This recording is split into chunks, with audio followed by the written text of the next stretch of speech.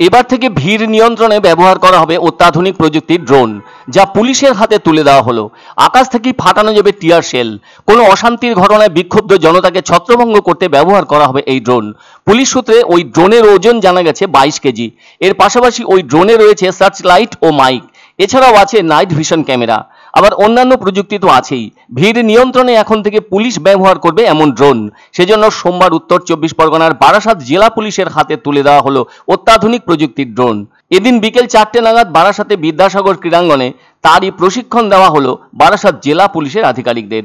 উপস্থিত ছিলেন বারাসাত জেলা পুলিশের পুলিশ সুপার, অতিরিক্ত police super, SDPO Barasat, Barasat থানার ভারপ্রাপ্ত আধিকারিক, মধ্যমগ্রাম থানার ভারপ্রাপ্ত আধিকারিক সহ অন্যান্য পুলিশ আধিকারিকেরা। এদিকে এই ড্রোন ব্যবহার করে short range tear shell, long range tear shell বা স্টান শেল ফাটানো যাবে। ইতিমধ্যেই পরীক্ষামূলকভাবে এই ড্রোন ওড়ালো পুলিশ। ব্যাটারি চালিত ড্রোনটি 40 মিনিট ধরে উড়তে সক্ষম।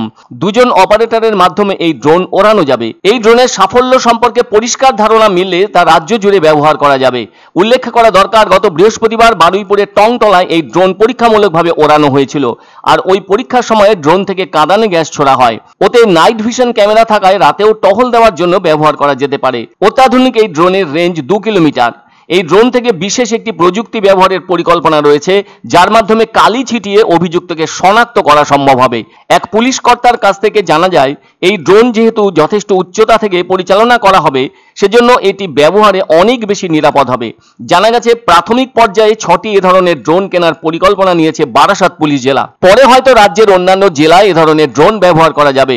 বলা যায় এবার আকাশ থেকেই পুলিশ নিচের গোলমাল সামলাবে। তাই মেদিনীপুরের পর এবার বারুইপুরে ড্রোন ব্যবহারের বিষয়টি গুরুত্ব পেল। কেননা ড্রোন থেকেই মাইকিং করা যাবে, আবার প্রয়োজনে ড্রোনের থেকে সার্চ লাইট ফেলা যাবে। প্রসঙ্গত উল্লেখ্য, এতদিন বিক্ষোভ স্থলে বড় কোনো ঘটনা কিংবা বন্যা কবলিত এলাকায় ড্রোনের মাধ্যমে শুধু নজরদারি চালাতো পুলিশ। 2024 সালের ডিসেম্বরে পশ্চিম মেদিনীপুরের পুলিশ সুপার ধৃতিমান সরকারের উদ্যোগে ড্রোনের মাধ্যমে ওয়াকি টকিতে কথা বলা চালু করেছিল ওই জেলা পুলিশ। 250 ফুট উঁচু থেকে বিশেষ ক্ষমতা সম্পন্ন ড্রোন মানুষকে বার্তা দিতে সক্ষম। তবে 22 কেজি ওজনের ড্রোন মূলত একটি মাঝারি আকারের বাণিজ্যিক ড্রোন। এছাড়া ড্রোনগুলি সাধারণত 5 থেকে 25 কেজি পর্যন্ত ওজন বহন করতে পারে।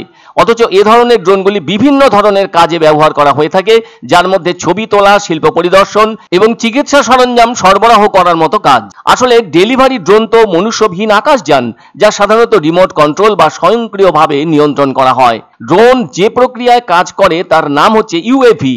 এর দুটি প্রকার ভেদ আছে, যার একটি হলো সাধারণ এবং অন্যটি হলো সামরিক।